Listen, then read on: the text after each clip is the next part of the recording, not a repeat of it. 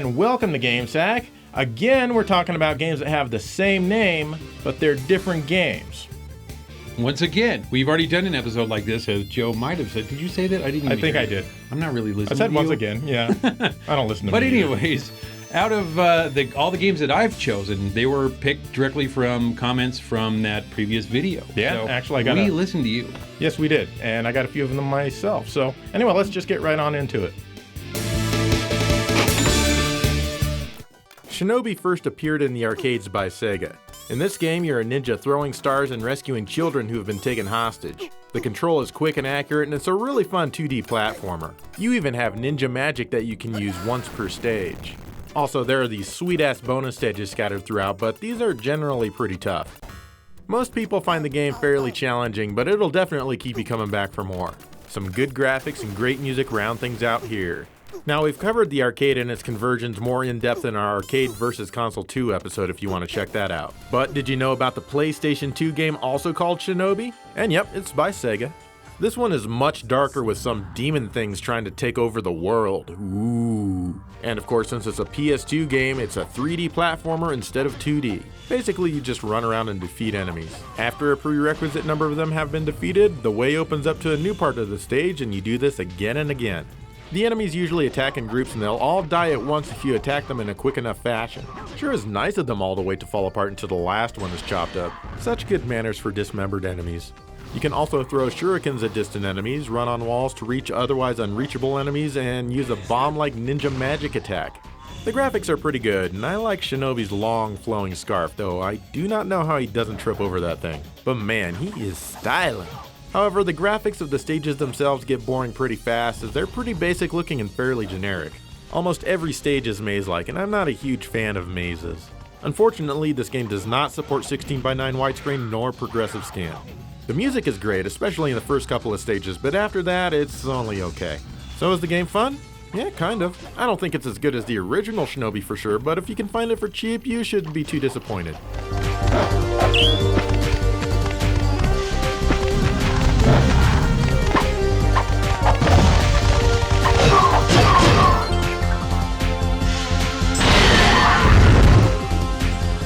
And there's a 3DS game also called Shinobi. Some people like to call it Shinobi 3D for whatever reason, but it's really just called Shinobi. It returns to the side-scrolling roots, but it adds new moves and flips and stuff like that. It's pretty damn tough, and to be honest, I haven't really had much interest in playing it. The music is great, but the graphics are pretty basic looking. Like most 3DS games, I have a really hard time playing this one since the buttons are so tiny and I just don't feel like spending the money on another 3DS just to get a bigger one. It's too bad too, as this side-scrolling game has a lot of potential. Out of all three games called Shinobi, I like the arcade version far and away the best, the PlayStation 2 the second best, and the 3DS version dead last.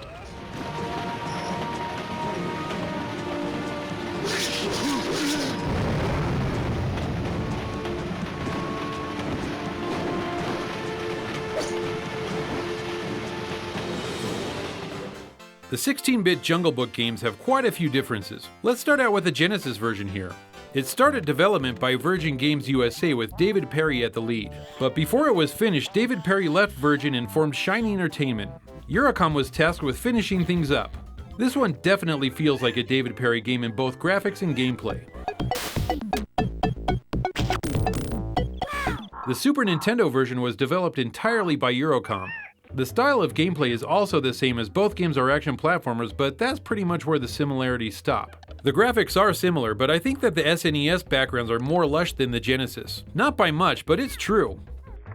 The level design and layout in each game is completely different. In the Genesis version, your goal is to find a certain number of gems, and then you can find a character from the movie which ends the level. There's gems, fruit, and all sorts of stuff scattered all over the levels for you to collect, and you've got a limited time as well. The Super NES version still has stuff to collect, but it's not nearly as much as the Genesis version. You still collect gems, but you don't have to collect a certain amount to finish a level. All you have to do is find Baloo. There's no time limit either, so you can wander around as long as you want looking for every last little secret. But I'm not sure you'll really want to because the camera can be nauseating. It's the kind of camera that keeps moving after you've stopped. I really hate that because there's lots of times in this game when you're just moving all over the place and the camera always feels like it's behind or jerking back and forth. Mowgli controls fine, but it's not perfect, and there are problems with the control for both games. The main problem in the Genesis version is dropping down from a platform, which is easy to do in the Super Nintendo game. I mean, look, you have to jump off the platform and curve back under to catch a vine or land on a lower platform.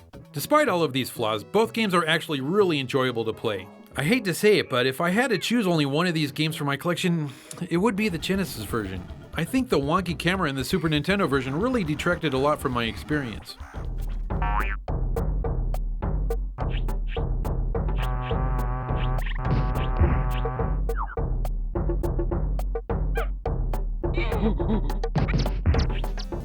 Nightshade on the NES by Beam Software and Ultra is my kind of game.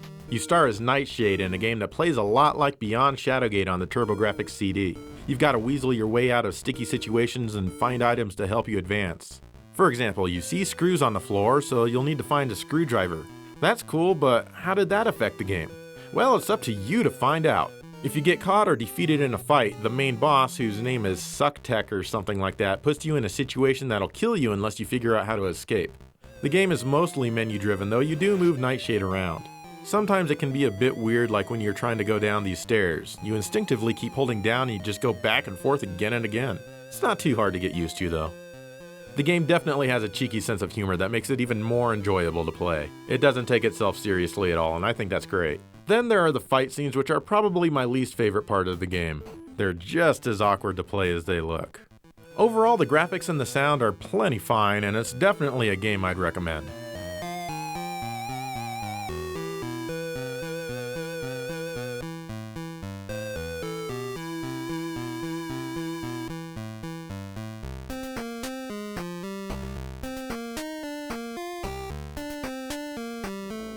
There's also a game called Nightshade for the PlayStation 2 by Sega. This is actually a spiritual sequel to their PS2 Shinobi game that I talked about not even 5 minutes ago, if you can remember that far back. The gameplay remains mostly the same. You can pretty much do all the same kinds of stuff. Except now you're controlling a female ninja with a lot of sass. Also, this time you seem to be killing monsters only, never any people like you did in Shinobi. Even when it looks like you're fighting a person, it turns out to be a robot instead. What is this, Probotector? Everything still plays the same way though. You have to defeat a certain number of enemies before you're allowed to move on. And like Shinobi, if you cut up a group fast enough, they all patiently wait to die at the same time. The graphics are about the same quality as Shinobi, and once again, neither widescreen nor 480p are supported. However, the music is a lot more electronic-y, if that's a word. It's okay, but it's certainly not something I'd like to listen to outside the game. Still, it's a fairly fun game, but the super long levels do help boredom set in faster than it should. I'd much rather play Nightshade on the NES than on the PS2, and I think you should too.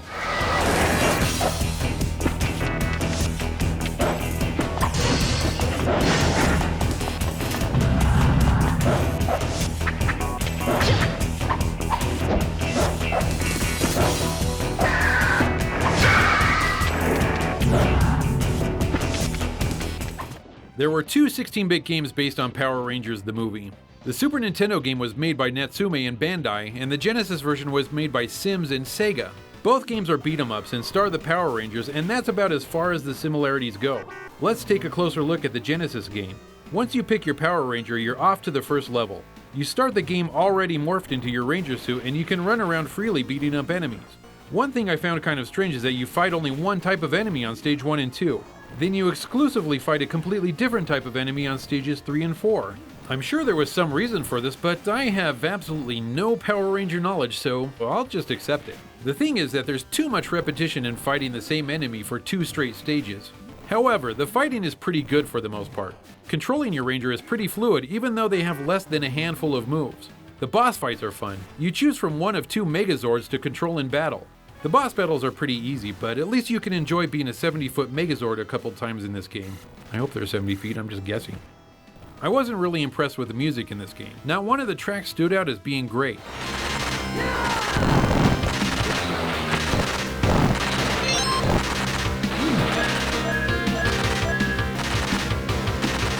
The Super Nintendo game, while still a beat-em-up, plays much differently. Instead of being able to free roam in a stage, you have 2 different planes that you can fight on. It's super easy to switch back and forth between them, but it's just not as fun as being able to go wherever you want. So once you pick your Power Ranger, you start fighting. In this one, you start out as just a lowly, pathetic person. You'll collect icons from fallen enemies that'll fill a power meter at the bottom of the screen. Once this is full, you can morph into a Power Ranger. This, of course, makes you more powerful. If you fill up the meter one more time, you'll start using the Power Ranger's weapon with your normal attack. I like this, especially with that hot little pink ranger. She has a bow and arrow that you can tag enemies on the far side of the screen. Good for her, she deserves it, that little hottie. The boss fights are pretty unimpressive in this game. You fight them as a normal Power Ranger. You don't get to control a Megazord, which kind of sucks because that was easily the highlight of the Genesis version. This game also has some very unmemorable music. It seemed to be mostly variations on the Power Rangers theme, which is okay at best. I've never been a big fan of the Power Rangers. I've got to admit though that the Pink Ranger almost made me a fan.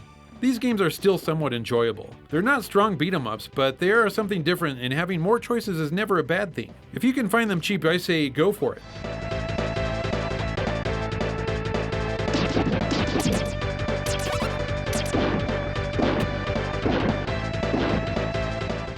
Here's Alien 3 on the Super Nintendo by Probe. Just like the lackluster movie it's based on, this game tries its very best to be as mediocre as possible. It plays as a side-scrolling action game where you have a ton of weapons to choose from. Okay, in the movie they had no weapons of any kind, but that wouldn't make for a very interesting video game, I guess. Hell, even having weapons here doesn't really help this one to be interesting. You run around killing aliens, and you can even accept certain missions by logging into a computer terminal, like rescuing prisoners and stuff like that. The gameplay is really slow and the jumps feel super floaty. Some of the graphics are pretty nice at times, but that's really the biggest compliment that I can give the game, I think. The music is dreadful. But at least there are different missions you can do, so you can keep coming back for more. There's that.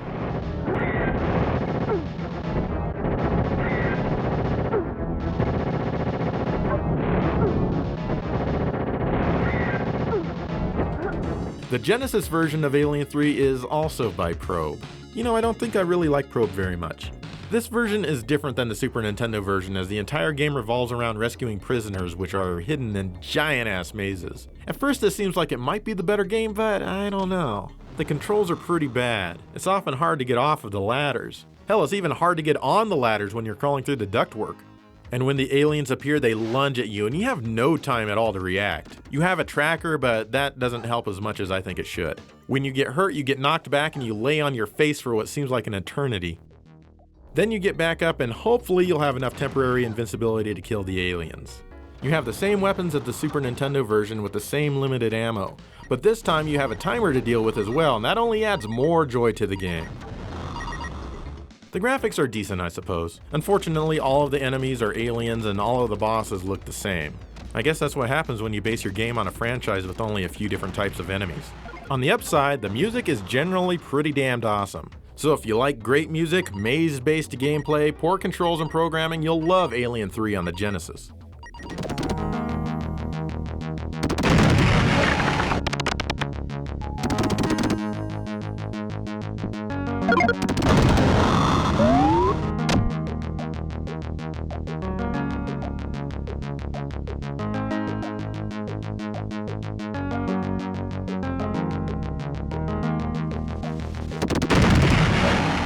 There's also this Game Boy version which features an overhead view which I haven't had a chance to play very much of yet. You know, I can't say for sure, but so far it's looking like it holds a little bit more potential than the other ones.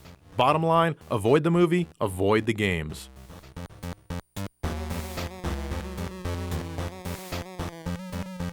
Alright everybody, there you go. There's some more games based on movies there, and I thought they were pretty good this time around.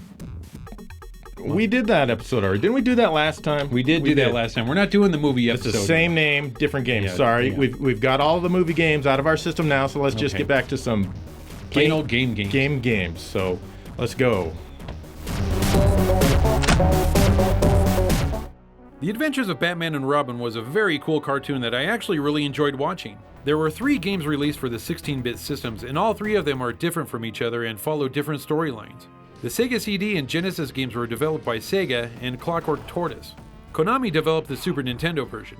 This kind of reminds me of when we talked about Batman Returns in the first episode we did on this topic, and Konami's Super NES version was the winner. Let's see if they can pull it off again for this game. The Super Nintendo version is mainly a side-scrolling action platformer with a driving level thrown in for fun. Once again, Konami did a great job with the Batman franchise. It's fun to play even though you don't control Robin at all. It has a solid soundtrack by the Kukeiya Club as well as some nice graphics and backgrounds. There's even some nice Mode 7 on the roller coaster ride and driving scene. The action isn't really deep as you mainly run along and punch, kick, and throw your enemies out of the way. You have quite an inventory of equipment that you can take with you or leave behind. Once you know what's going on, you'll know what's necessary and what isn't. Unfortunately, it's not the best of the 3 games, but it's still a very solid experience.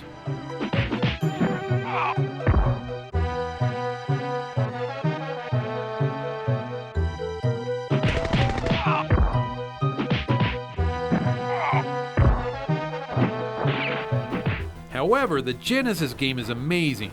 It's another side-scroller mainly, but this one plays more like a run and gun. The problem is you won't be doing a lot of running as the enemy onslaught is absolutely endless.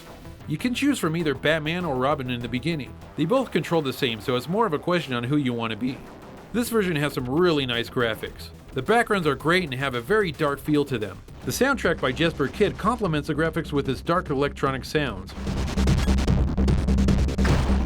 I really like the soundtrack a lot. The game features some of the longest levels I've ever played. Level 1 is easily a 20-minute romp, and that's if you're doing good. Everything is also unbelievably hard.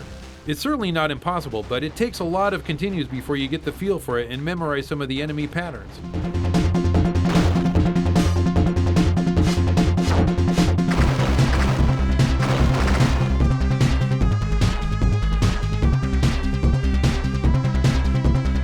Finally, there's the Sega CD version.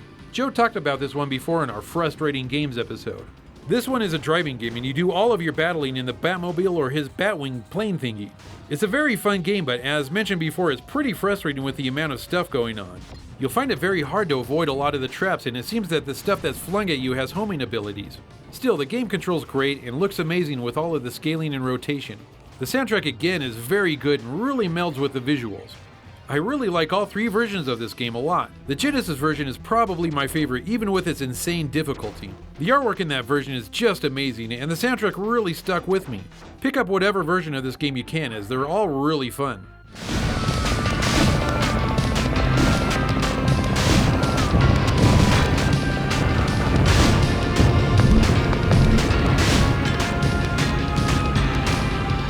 Pull my finger. No way. Come on, Beavis. Pull it. Okay. Beavis and Butthead on the Genesis puts you in control of, Beavis and Butthead. It turns out that Gwar is holding a concert and you both go and buy your tickets. But then naturally a dog eats them up. You're able to make them hurl them back up, but then the dog vomit gets chopped into pieces by a lawnmower. And you can't get into the Gwar concert without the tickets. So of course you're going to need to find all of the pieces and put them back together. To do this, you transport yourselves to various places around town via your TV. Damn, I wish I could do that. The game is actually more complex than you might think it would be. It's not just a silly platformer where you just need to make it to the end of the stage. In fact, it kind of sort of reminds me of a Maniac Mansion style game where you go certain places and get certain things which help you get another item and so on. Like you've got to go to the dumpster of Burger World and pick up a dead rat. Then you need to figure out how to get inside. Once you're inside, you cook the dead rat with some fries. You then sell them to a customer. He pays up and then hurls out some tickets for you. I don't know why he hurls out tickets, but he did, and that helps you. Keep it up and eventually you'll get to see Gwar. And yes, in this game they're all still alive. So basically it's a thinking man's game to some small extent, which is odd because, it's Beavis and Butthead. The controls aren't the greatest and it's really easy to take damage and often difficult to defend yourself. But the graphics are good and they do a really good job of representing the cartoon. Mark knocker. Beavis and Butthead on the Super Nintendo, however, is basically just a side-scrolling almost platformer, and not a very good one at that. The plot still revolves around getting to the Gwar concert, but how doing the things you do in this game will accomplish that is beyond me. You control Beavis or Butthead and you can switch between them at any time. But watch out because they share a single life bar. The control almost seems okay at first, but the game itself just isn't designed very well at all. Everything in the world is attacking you for no reason, you have to fight back. It's just as easy to take damage here, but there's very little if any strategy at all. You can pull off certain attacks and moves together, and some stages will automatically combine you together for a certain segment. Now the game does have its moments, but its overall mediocrity in every department and its repetition really drag it down. The Genesis version is definitely the better game.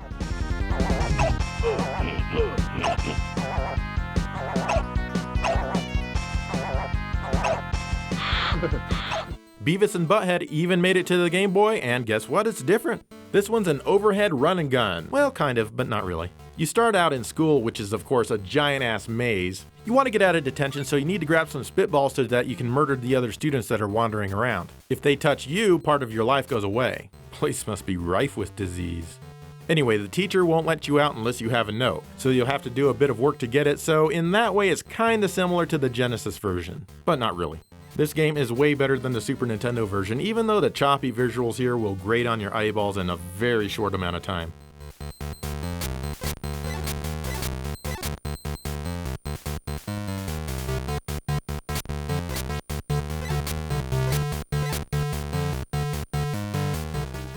Darkwing Duck was a cartoon by Disney that I tried to watch, but it never really hooked me like the other Disney cartoons. Anyway, there were two different games made about Darkwing Duck. The NES game here was developed by Capcom, as were most of the Disney franchises back in those days. I had a good feeling about this one, knowing Capcom's history with these kinds of games. I'll be quite honest and say that this game feels much more like a Mega Man game than anything else. As you're playing, you'll feel it everywhere, from the level design to how some of the enemies act. Anyways, it plays really well, and you can duck, which was missing from the Mega Man series. It isn't horribly tough. If you're willing to learn the patterns, you won't have many problems running through it.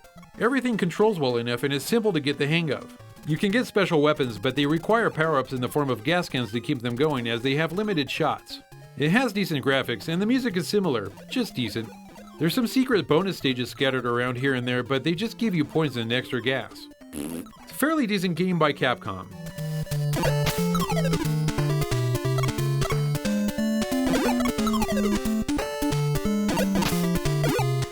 Darkwing Duck for the TurboGrafx-16 is sadly another story. It's still an action platformer, but man did the developers screw this one up. I do like the fact that you can pick the level you want to tackle, and it's done in a cool way with a magnifying glass. Sadly, that's about the only thing I like about this game. Your goal is to collect all of the puzzle pieces throughout the level and then fight a boss.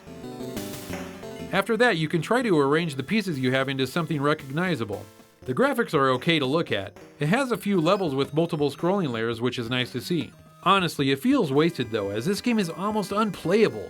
So besides your gas gun, you can bounce on enemies to kill them. The problem is that it seems like almost 90% of the time you take damage as you're bouncing on an enemy. When you do hit the enemy just right and don't take any damage, you'll be wondering how you did it and how you can do it again. Oh, and there's a slight delay from when you hit the button to the time Darkwing actually jumps, since he feels the need to crouch first. I played this game for over an hour and I was never able to get the feel for the controls. That's just sad design. The NES version of this game is the way to go if you're looking for a Darkwing Duck game.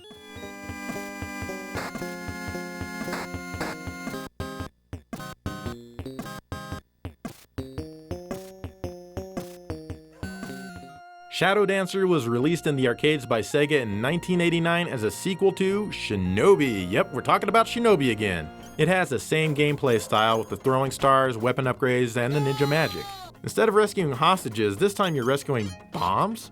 Or maybe you're disarming the bombs, I don't know. And of course, who could ignore the addition of the dog? This little doggy will help you by restraining thugs so that they can't attack you. He sorta does it on his own, and I've never been able to figure out how to get him to charge when I want him to. But if the dog gets hit, he turns into a little puppy for a while and you're on your own until he magically grows back into a real dog. The game still has the one-hit death, so that'll make it tough even if you have an unlimited amount of quarters. Unfortunately, the graphics are kinda sloppy looking and bland. I really don't care for the artwork or colors here. Even the sound and the music reeks of mediocrity. The same bonus stage concept is back, but it's just not as fun as the original Shinobi bonus stages. Overall, it's not as bad of a game as I'm making it sound, but it is kind of a disappointing follow-up.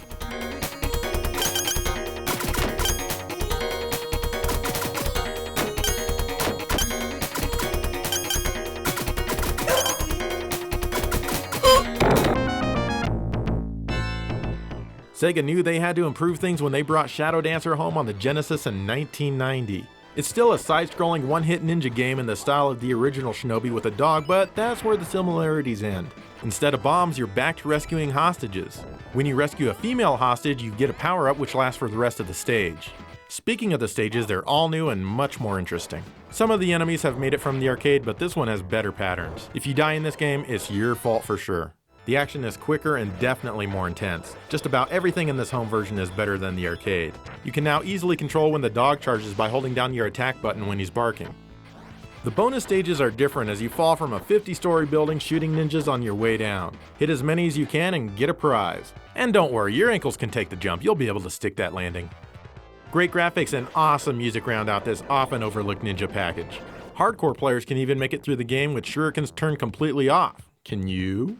Honestly, this is one of my favorite Shinobi games. Yeah, I can understand why people were disappointed in it, especially after Revenge of Shinobi, but honestly, this game just doesn't get its due.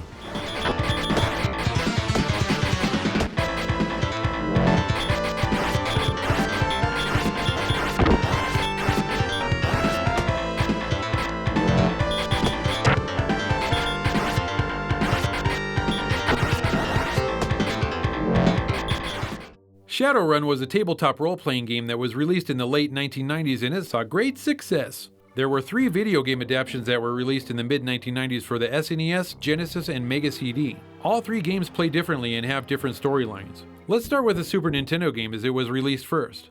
Developed by Beam Software and published by Data East, this game is an action RPG with point-and-click interfaces. You play as Jake Armitage and you were almost geeked. Killed. You wake up in the morgue and have no memory of what happened. You spend the entire game piecing together clues as to why you were targeted to die and who tried to kill you. The game is played on an isometric plane, which I'm not real fond of, but it works okay. Controlling Jake is fairly easy, but it's kind of strange. You move Jake with the D-pad and use a pointer for everything else. If you want to look at something in a room, you pass a pointer over it and search it. If you're out in the street and somebody's trying to kill you, you pull out your gun and move the crosshair over your enemy and shoot. This is weird because you can't move while you have a pointer or crosshair out. You just sit there shooting each other until somebody dies. You progress through the story by talking to people. They'll give you key words that you need to store in a data bank. When you talk to people, you highlight these words and try to get a response which will further the story. There's very little music in this game. It really could have used some when you're roaming the overworld or when you're in the Matrix. Speaking of Matrix, you can jack yourself into computers throughout the game to get more information. The gameplay is top-down and is now like a puzzle game figuring out which squares you can move to and which ones you can't. For sure, it's a decent game, dude.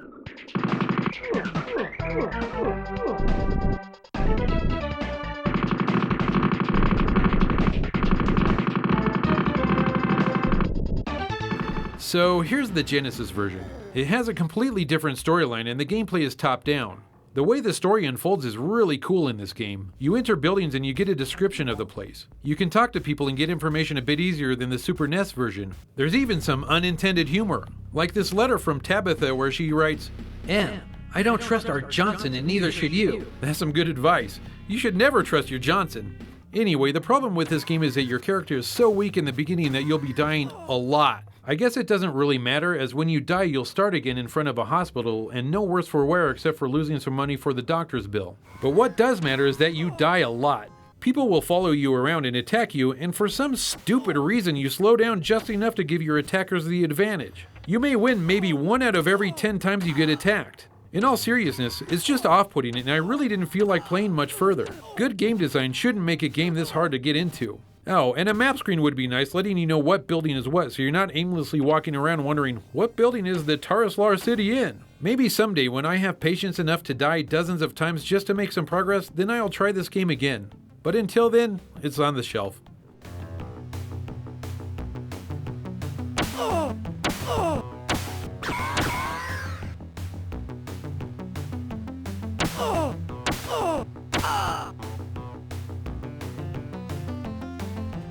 Another version of Shadowrun appeared in Japan on the Mega CD.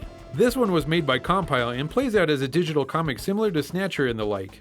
Unfortunately, since I don't understand Japanese, I'm left guessing which option to press and I don't have any idea what's going on. It's really too bad because this looks like an interesting game and I really like the digital comic style of gameplay. The character portraits scale in and out so you know who's talking. The visuals are somewhat minimalistic, but I have no problem with that. The music seems to be generated entirely by the Genesis, but again, it's no big deal as it sounds fine. I'd really like to see a translation patch for this game. It's a shame that this was never released outside of Japan for the Sega CD, as it's way better than the Genesis version, even if I don't know what's going on.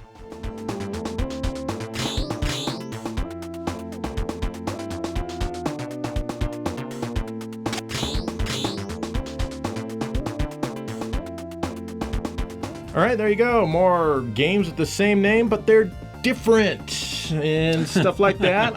I think we're running out of stuff to cover in this particular topic. We've got to be, but out of the ones we did talk about, did you like them? I like some of them. Yeah. I really like Batman on the Genesis. That is surprising. It is. It was insanely hard. If it wasn't so damn hard, I think I would have liked it even more. But I thought it was. I really liked the Levels music. could have been just a little bit shorter. Oh, that too. Yeah, that's insane. 20-minute levels, but yeah. But I am surprised. Game. Yeah, I am surprised you like that. Me too. Anyway, if you guys can think of more that fit in this genre, let us know, or this topic rather. And in the meantime, thank you for watching GameSack.